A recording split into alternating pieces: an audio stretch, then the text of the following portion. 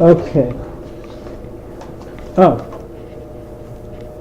The first one here is, so tell us what's going on here. You didn't want to do the, well, okay. So, Brother Bob, so what's going on in this camera? Okay, here we have, this is a young sister that is was part of the picket line. She's a teenager, and we had a police officer confronting her. She as a picketer, and her name was Cassandra Whitfield. It was a prominent family there, the Whitfield family, and this was downtown in Cairo, Illinois, on Commercial Street, which is the main street for the business and shopping center in the Cairo, Illinois. This was back in 1969, right here. So what were they picketing for? We were boycotting the downtown merchants because we didn't have any black people that were employed downtown, but we were spending millions of dollars of our money downtown Cairo, and so we wanted to have employment down there. We really didn't have black tellers, clerks, checkout people at all. So, and how many businesses were we talking about, and how many African Americans were out of the job?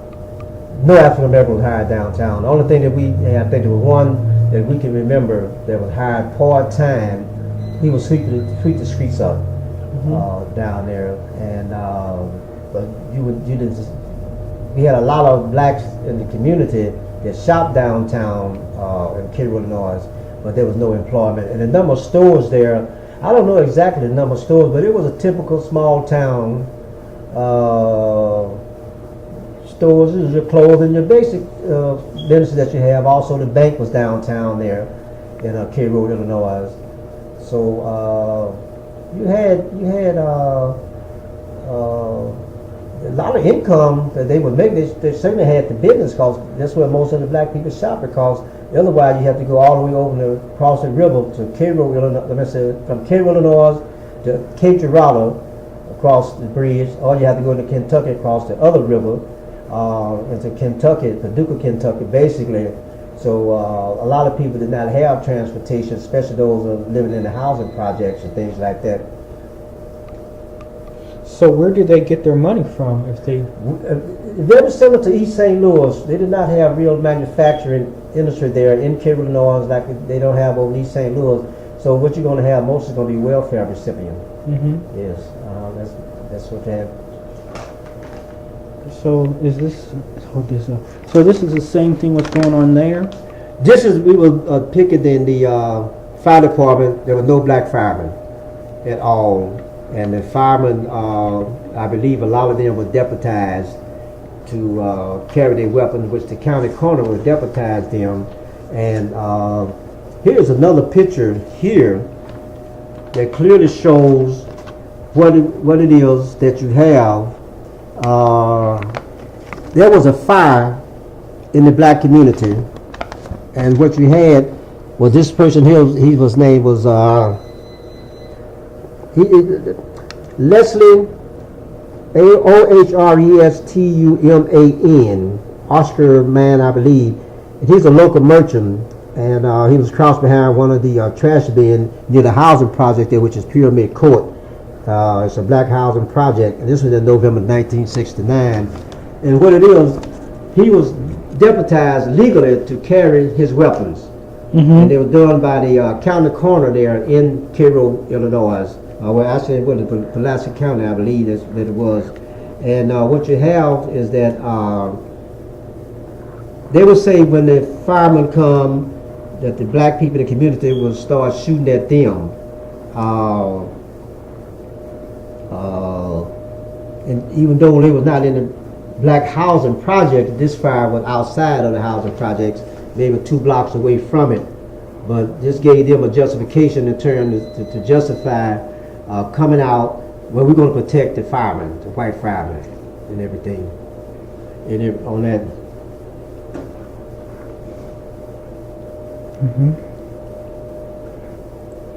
Okay. And Here's what we have is one of our symbols on Let My People Go, Cairo, Illinois. And you have the fish hook and the sign of infinity. And what we're saying, you give a man a fish, you feed him for a day, but you teach him how to fish, he can feed himself for a lifetime.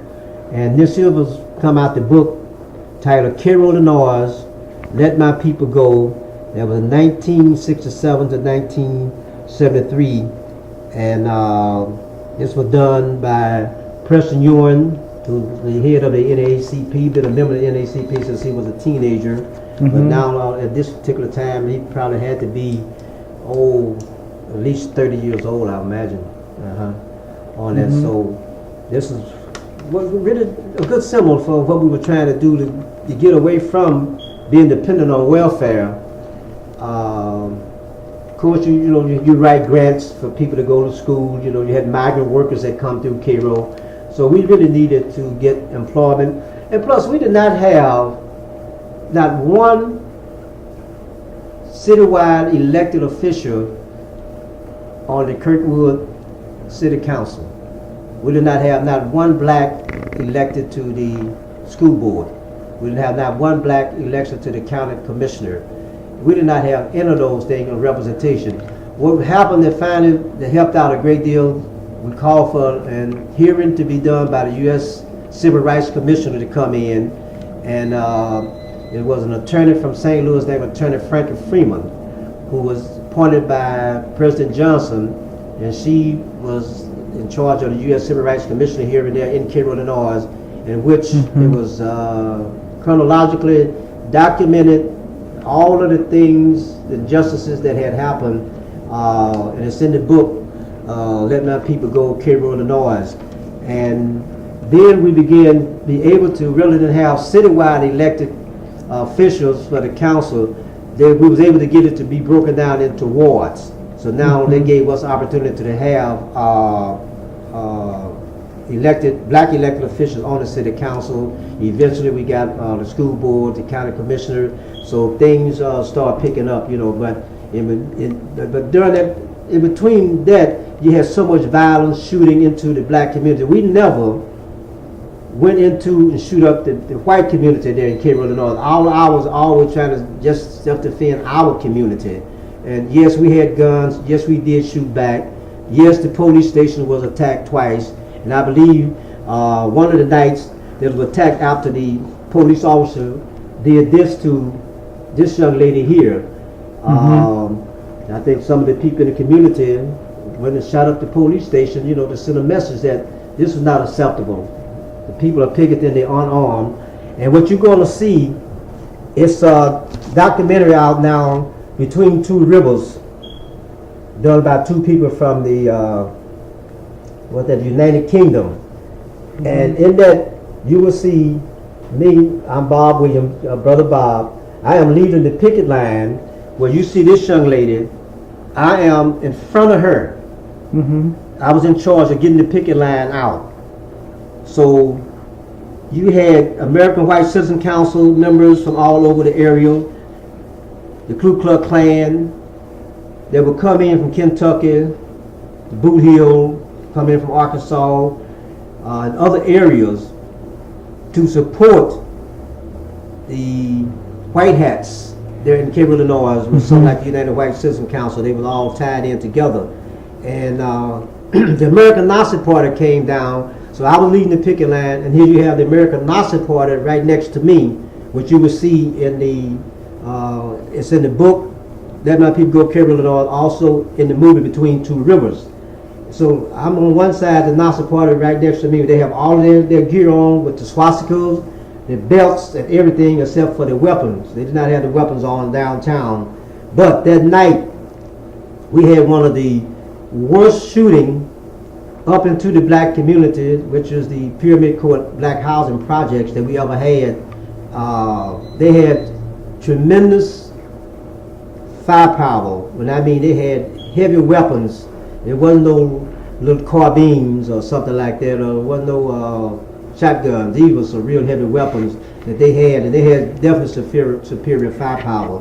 But they really shot up the community really bad that night. And we have pictures of the bullet holes in the bus. It was the Catholic bus from one of the Catholic churches there that allowed us to use the bus to take the residents of Cairo, Illinois, to shop across the river in Cape Girardeau and or into Paducah, Kentucky. Therefore, with the economic boycott, it began to hurt the downtown business merchants, and that's when they set up the White Hats and the United White Citizen Council.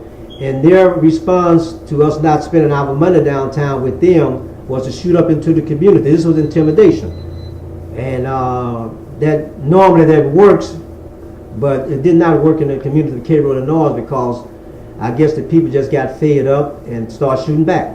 And like they said, the rabbits shoot back, or the deer start shooting back, and Batman starts shooting back, or Peter Rabbit starts shooting back. It's going to cut out a whole lot of hunters. So this happened. I don't think you're going to have any more community that's going to be able to have to defend themselves by not allowing the white police officers to come into the community, because they treat the black people so bad.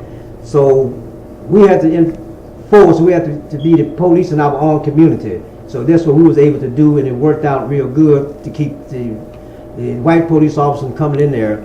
And when you start shooting back, they wouldn't come. You know, just simple on that. But that is something I doubt you're going to ever see another community, black, Latino, or whatever, poor white community, that's going to be able to defend itself.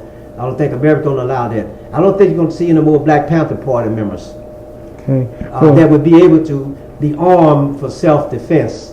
And if you notice, I cannot think of any black racist hatred organization. They always was self-defense. The Black Panther Party was self-defense of the community. Even Malcolm X was by any means necessary self-defense.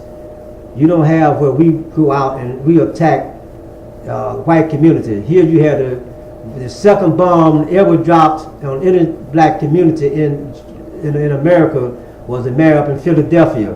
On the Move people, they dropped the bomb on there and burned up blocks upon blocks. The first bomb was dropped over in Oklahoma.